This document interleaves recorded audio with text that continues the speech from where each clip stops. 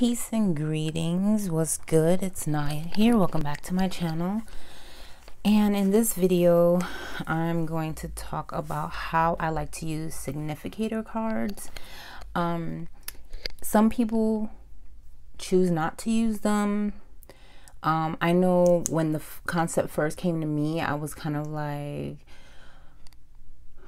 I was on the fence whether I wanted to use them or not, but I started experimenting with it and I found a way that works for me.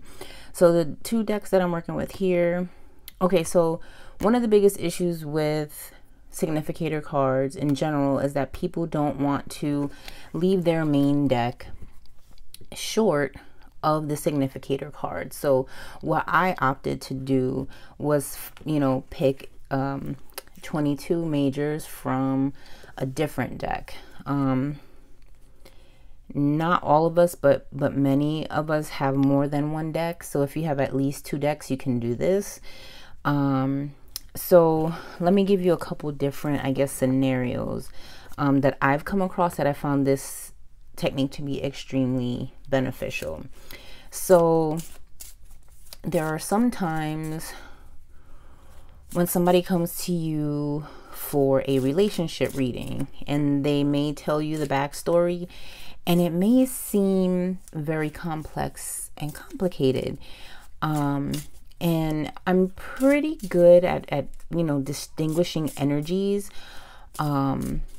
But depending on how the circumstance or the situation itself goes, if I feel like I'm getting muddled information, not muddled information, but energetic signatures, if you will. Sometimes relationships are extremely complicated. So what I like to do is I like to take the major arcana from one deck to use as a significator to see what the two people in the relationship are bringing to the relationship. So I'll use the 22 cards and go, okay, this is the querent and this is the querent's partner, for example. And then I'll just put those to the side. And then I'll take my main deck. I was going to say, I hope these weren't in order. I'm sure they weren't. And then I'll take the main deck and, whatever spread that I was going to use is the spread that I'll use. In this case, just for practical purposes, I'll just do something like a 3-card spread just to see where they were, where they're at, where they're headed, right? So, okay. So then we'll do where they were, where they're at, where they're headed. So what this is going to do is this is going to provide me context. Using these significator cards is going to provide me context as to what's going on. I'm using the cards to read the situation and not falling back and relying on my energetic or my, how do I explain it?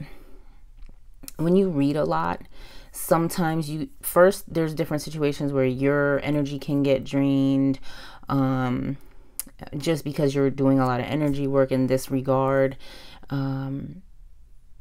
Other times it might not be your top of the game day. There's just some days where we're not completely on our game, and that everything that we do when we read requires energy out of us. So I found this to be helpful. So the querent is the hermit. They feel alone. They feel isolated in this situation. Can you guys see that? Sorry for the glare. Okay, then the hermit. They feel alone. They feel isolated. And that glare is gonna make me crazy. I'm so sorry. That's a little bit better. Okay. And then their partner is like on top of the world, and maybe they feel like everything's fine. Maybe they're not aware of the situation that this person feels alone or feels isolated. They may be unaware, but at the same time, maybe they are aware, because even though they're on top of the world and maybe you mean the world to them, they are facing you, but you are not facing them. You're focused on things of the past, or the querent is focused on things of the past. Just looking back and maybe dwelling on some old fights, old situations that they haven't come to grips with yet, etc., etc. And then, you know, in the relationship, 8 of Swords,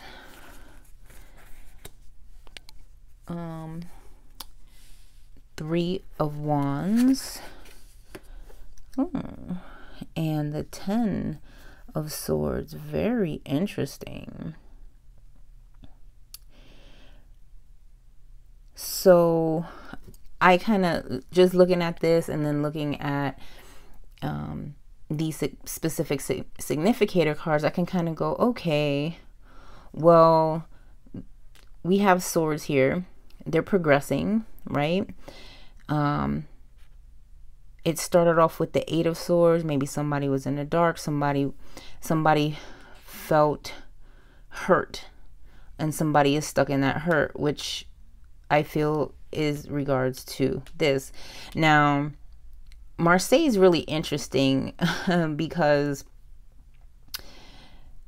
it can bring up so much. I know I'm not reading for anybody in particular, but for whatever reason, I'm looking at this here in regards to this past, and I kind of feel like it has something to do with, you know, or, okay, let's just say perhaps it could do something with like a pregnancy and there was spotting or something like that. Here we have the 3 of Wands, where it's like, okay, we're gonna go, and then maybe they lost it. And so this person is like, what did I do wrong? This and that, da da da. See, so it helps me to kind of get a difference. Like if okay, I know I started reading, but that's besides the point. I'm sorry. I get lost in tangents sometimes. But ideally, in a relationship reading, let's say it's a polyamorous relationship, you could pull a significator for however many individuals are involved. If it's a complex family situation, you can do the same thing. This signifies you, excuse me, this signifies you, the person with the question, and then the other cards can signify the other folks. So, you know, so I find this to be helpful in relationship readings, any kind of dynamic where more than one person is at play, just to separate out, okay, who's the querent, how are they feeling, what energies are they focused on, and how does that work with the dynamic of the other person involved in the situation. Not necessarily reading that other person, but what you're doing is saying, in relation to the main person, this is their energy, this is the other energy that's involved with their current energy. So for me, it helps me to go, okay, this is what they're feeling like. This is the other kind of energetic influence that is not their own, and then this is the situation, you know what I mean? So this one we get the 9. So again, so here's some stress. Here's the hangman and the magician. There just seems to be trepidation within the relationship itself. Like at first, maybe it was all fun, maybe they partied a lot together, and everything was grand. So it's like in the beginning, everything was good. Maybe they made money together. Maybe they were able to help each other out at some point. But right now, at this stage in the game, it just looks like it's bringing nothing but stress and blockages. And the person just kind of feels like they can't go anywhere. Meanwhile, there's this eye contact where there's not an equal exchange of energy. One person feels tied up and upside down and maybe out of their element, and the other person is kind of like has control over the situation, is maybe not telling the whole truth in the beginning, and now it's causing a lot of stress and stuff. So so that's one way I like to do it. So there's other ways where you can pull the card of the significator, and I think what this does for me, like I said, it helps to just tap into the energies without like super honing in on the person, and asking them a bajillion questions. You can look for the card that matches their sun sign or their moon sign or something like that, if you're into astrology like that. So let's say the person is what are we in, Cancer season, so we look for the Chariot. Chariot. You're gonna be anywhere but where I'm looking for you here. Okay, so then we have the Chariot, for example, because it's very classic to see, like in a Celtic cross, you'll see like the Significator, and then you have the theme card and the cross card, and then, you know, the entire cross gets built and whatnot. I'm not gonna do the staff part because you guys understand what I'm saying.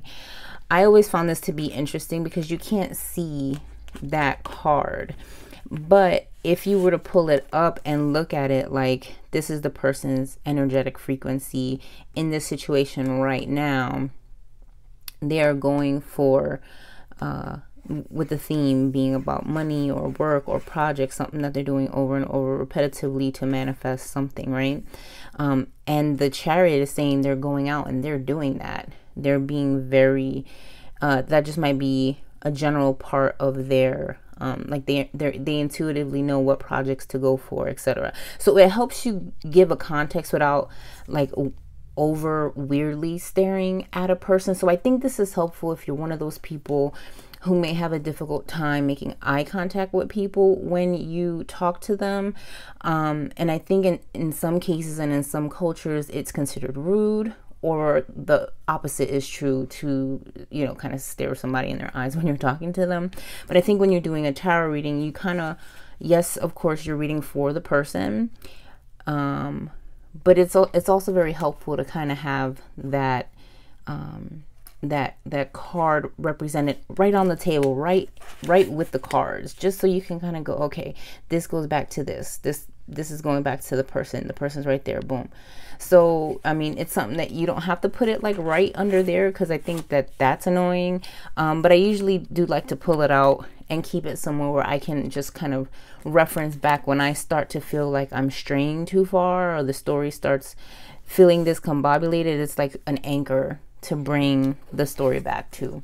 So those are just a few ways that I use significator cards. So you can pull them blind, or you can pull them on purpose. Of course, significator doesn't have to be just major arcana. It can be you can use minor cards if you want to. You can use court cards if you want to, if that will help you to work with the court cards. I like to use the court cards as astrological signs, so I'll pull according to the correspondences, but I do still like to pull it from a separate deck and not from the deck that I'm reading with.